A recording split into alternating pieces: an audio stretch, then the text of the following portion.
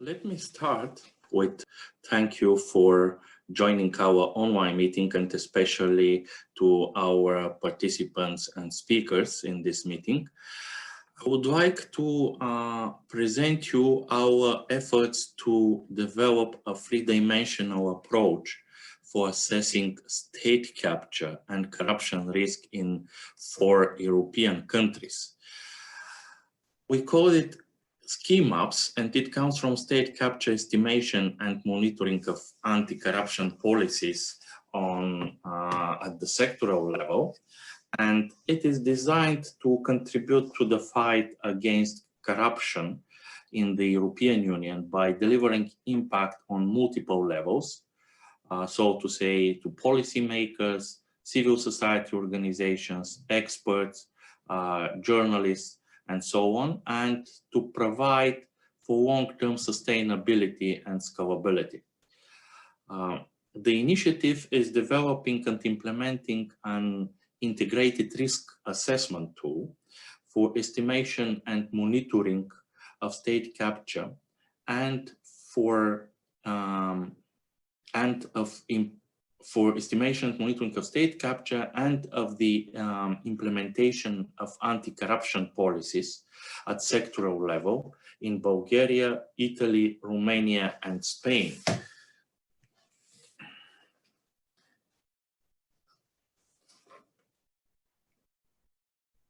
Ski maps actually pioneered a three-dimensional approach for estimation and monitoring of state capture, combining experts' assessments, big data analytics, and media monitoring and alert system.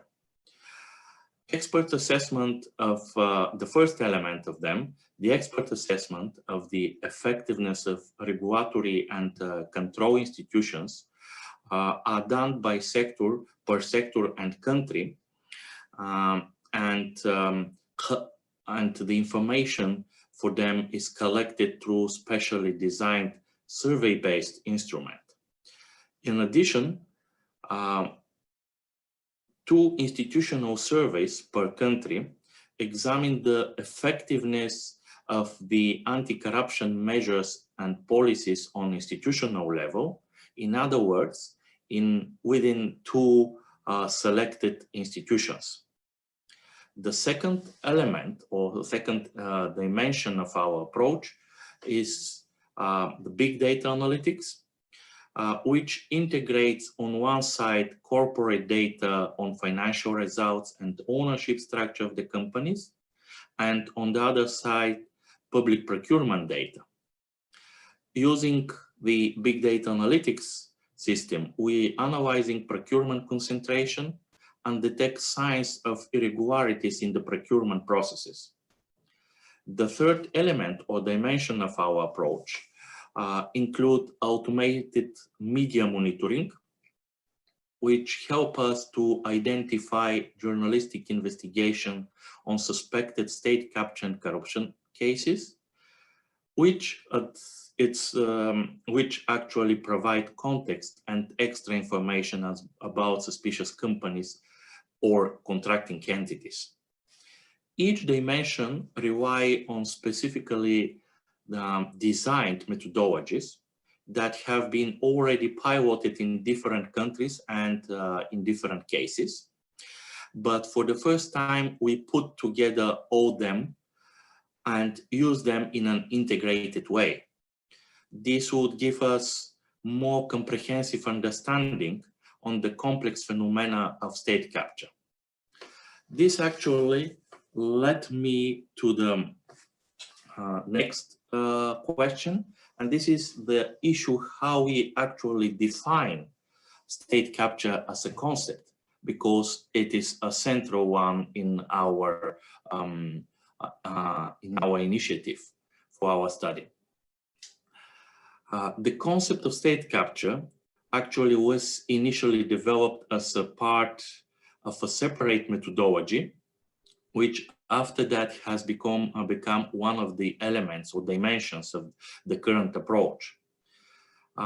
Both theoretical and methodological background of our concept and the results from it from its pilot implementation in 5 countries could be found in one of our latest publications called State Capture Assessment Diagnostics. State capture, as we develop the concept into this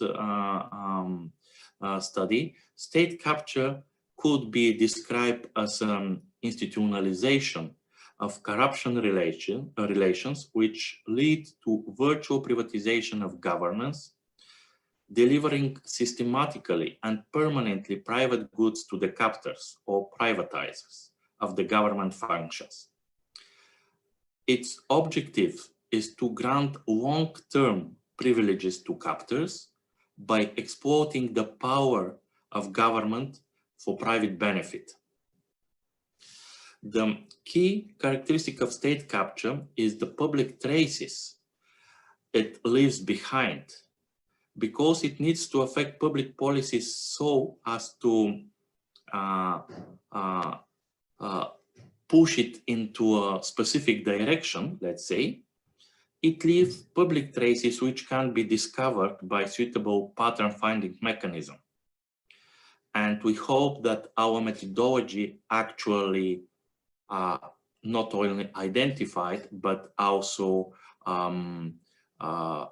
monitor these public traces that state capture leaves behind it.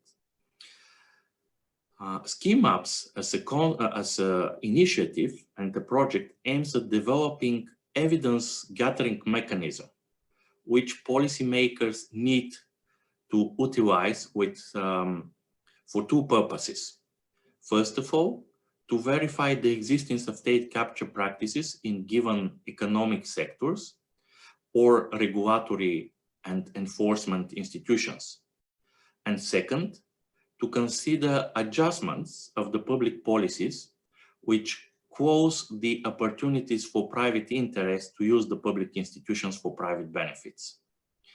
And last but not least, we developed the state capture monitoring and estimation tool as a policy tool. Or in other words, we want to give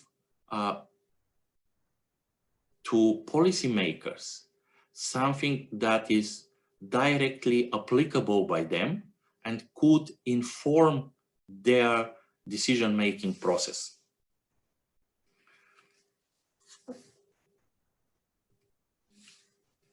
Here you can see a more detailed explanation of the what we called dimensions and enablers of state capture in our concept model. So state capture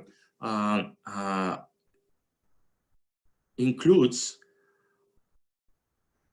the 4 dimensions, but in our efforts, we are focusing on one of them, and this is business capture, which is described through monopolization, privileged access to procurement, lobbyist law, privileged legal status, concentration of direct subsidies, ineffectiveness of anti-monopoly laws.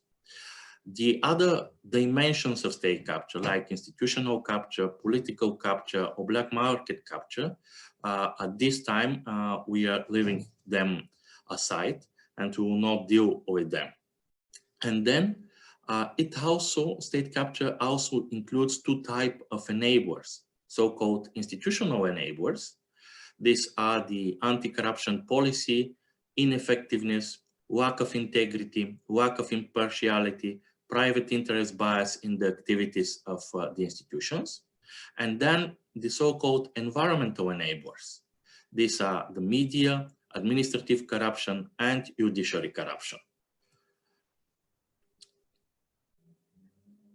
When we developed the SCAT methodology, or State Capture Assessment Diagnostic, we developed specific methodologies for measuring both institutional and environmental enablers and the dimension called the dimension of state capture called business capture. So the institutional enablers are uh, measured by a survey sub-indicators, while environmental enablers are measured by external aggregated indicators, or these are indicators borrowed from already developed international indices like World Press Freedom Index, Freedom of the Press, Media Pluralism Monitor, Rule of the Law Index, and etc. Business capture is measured through the survey-based sub-indicators and company data. This means that we provide to experts some analytics based on company data, for example, about market concentration in a given sector, about the biggest companies in this sector, and so on and so on. And we ask the experts not only to assess the different different factors affecting state capture and describing state capture cases, but also to verify verify and assess the data that are coming from company information. Like, for example, whether the a given company which looks like a monopolist or has a major power market, has a major market power in the sector, is seen as using state capture methods to gain some market benefits. Just in short, you can find more information in the publication that I show you in the previous slides. The state capture assessment diagnostic results are normalized in a scale between 1 to 100. 1 means low state capture, or state capture doesn't exist. 100 means high state capture risk. We assess vulnerable subsectors and also important and vulnerable regulatory and control institutions.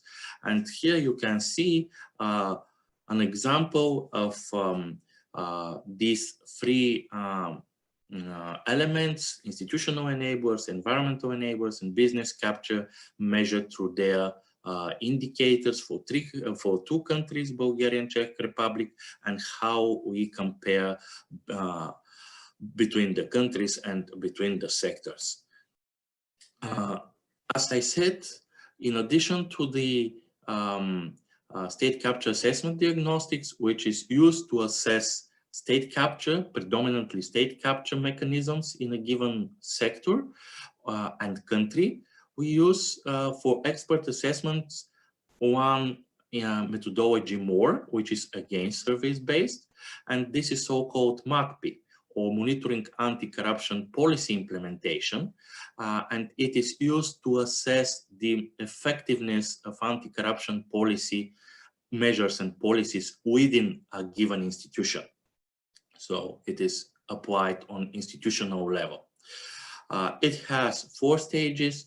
First of all, we develop a list of activities and functions and assessment of corruption risk or vulnerabilities for each of these activities of the institution. Then we're developing a list of anti-corruption policies and measures that are existing in this institution and that are relevant for each activity or function of the institution. Then we develop a survey, online survey among employees and among clients to assess the effectiveness of these policies and measures for each of the activity. And then we perform an analysis of the collected information. I will not stop more on this. But I want to continue with the next dimension of our three-dimensional approach. After the expert assessment, it is the big data analytics. It is embedded into an interactive online data platform, and I'll show you after that the pilot implementation of this platform. It also actually, this platform itself actually also pioneer a novel three-dimensional approach again, because it integrates into it three types of data that gives us more comprehensive, that gives us possibilities for more comprehensive analysis. So it integrates company data on sectoral level. In this case, we selected 3 sectors based on the so-called NACE revision 2 international classification of main economic activities. The company data includes key financial indicators for the companies and ownership structure clustering.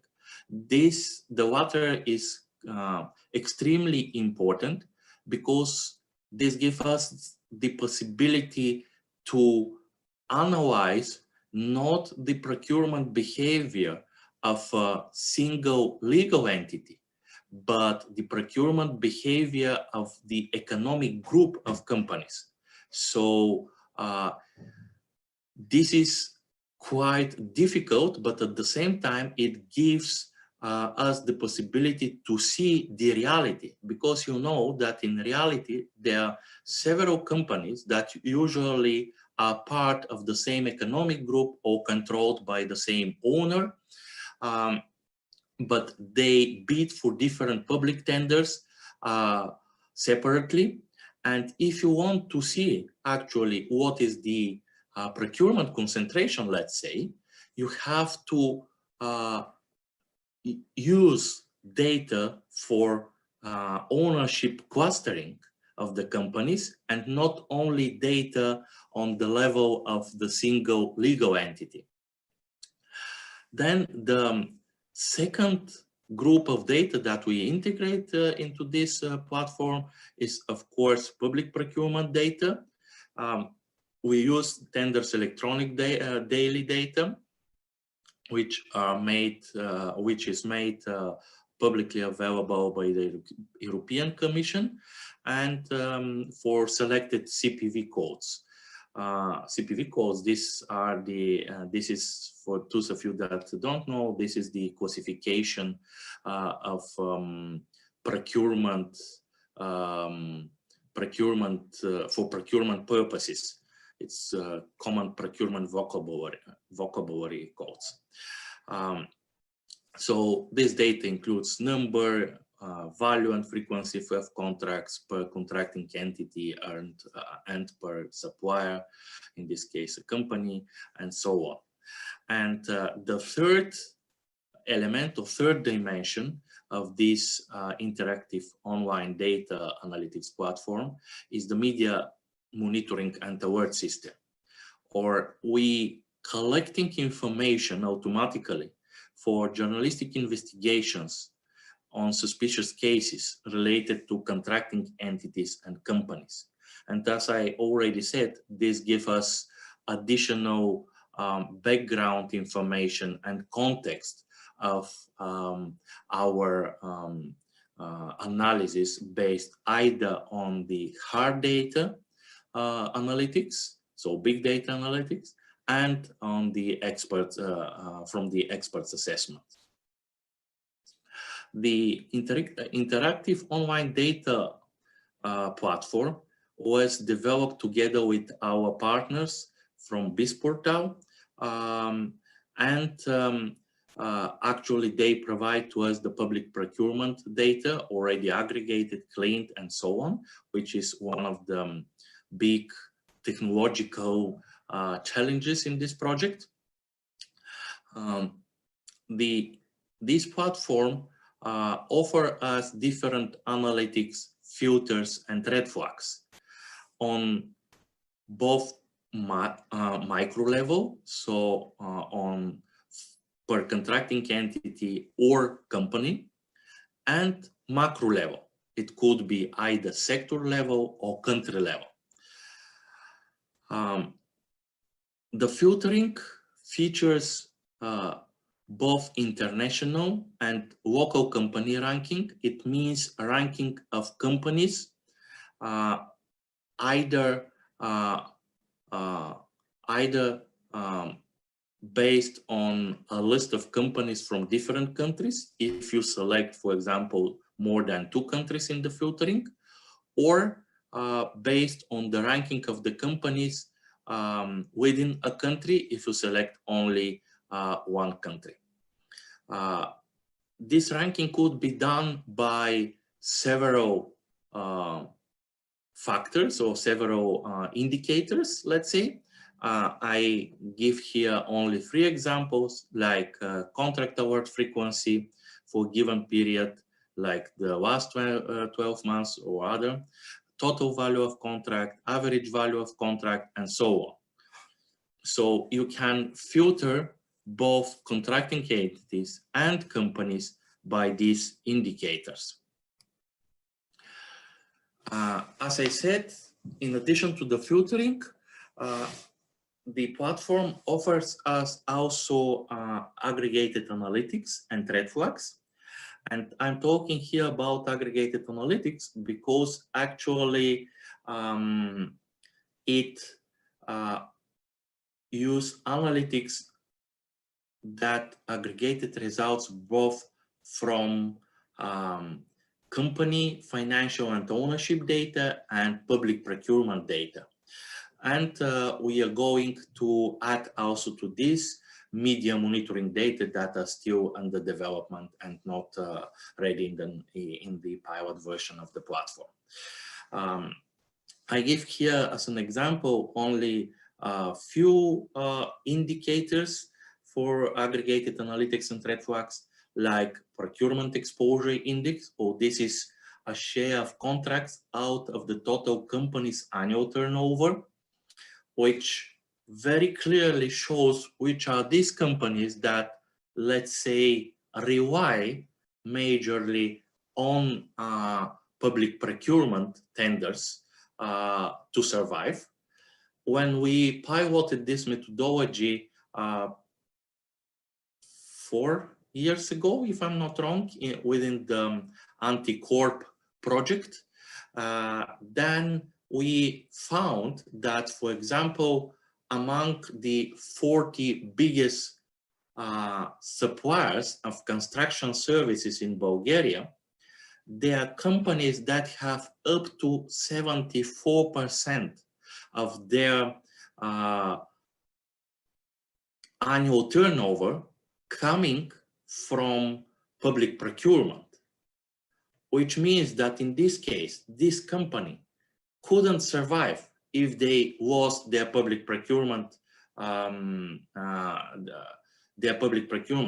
So it means that this should be a big red flag for researchers and policymakers, that most probably this company would use not only legal but also illegal means to win new public procurements, because otherwise they will not exist anymore. And more important, probably they have been used this illegal means in the past to reach such a high share of public procurement contracts out of their total turnover. Another analytics that are available in the platform is the number of contracts, value and frequency of contracts by government terms. So we want to see whether the coming of a new government actually means that new companies become become favorite to this new government and start winning more and more tenders than before this new government to come into power. Of course, the very standard already single bidder measurement. We have also another measurement for most notable recent success per tender count or per value of contract or per tender location and so on.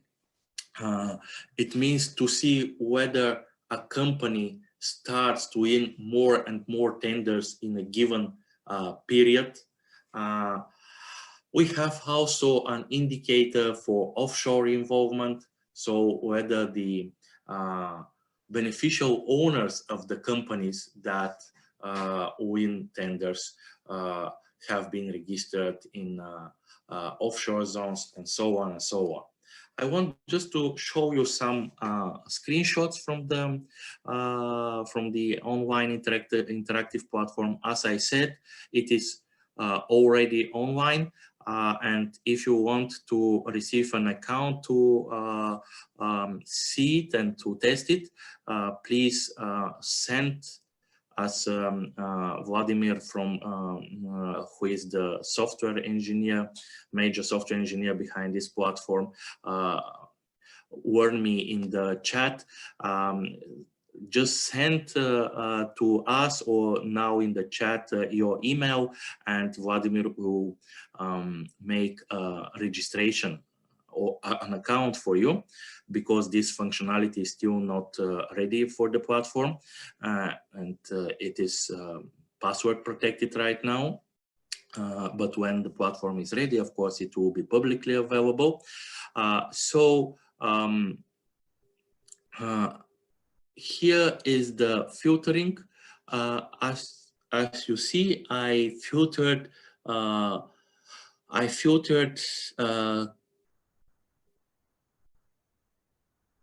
contracting entities for Bulgaria and Romania by international institutional ranking, and you can see the contracting entities from these two countries in project history. If you click on it, you can, for a given contracting entity, you can see all the procurement bids of this contracting entity, like here.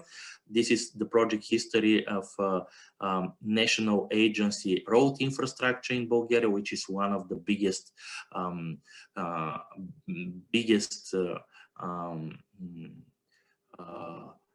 contracting entities in terms of amounts spent through public procurement.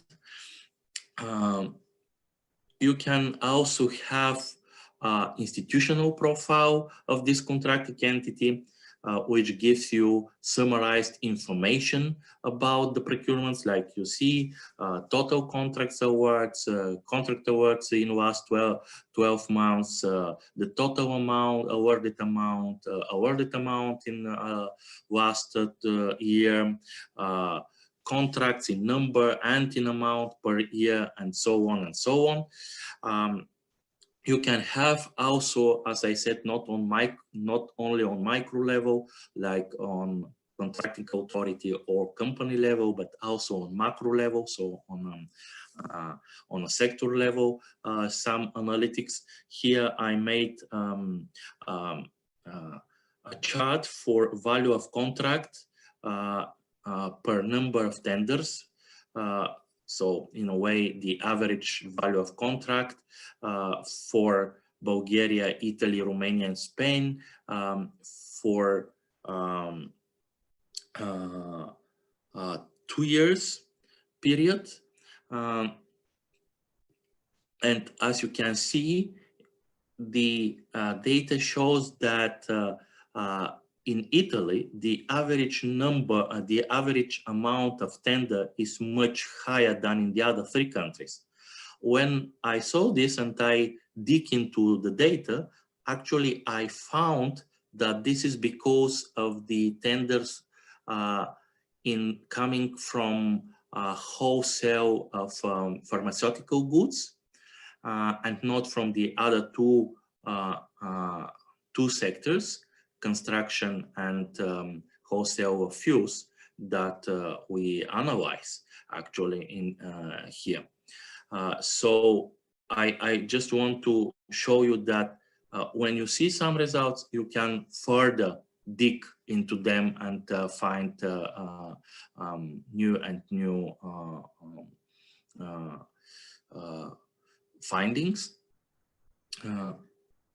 And I want to let you test by yourself this platform. As I already said, it is still work in progress, but the data are there. We still need some time because we continue to clear, process the data. We still need some time because of adding, to add new data, including to integrate the media monitoring and our system into it. But the platform is online already, still not publicly available, but password protected. And we hope that in next few months, it will be ready and open for the publics. Thank you very much.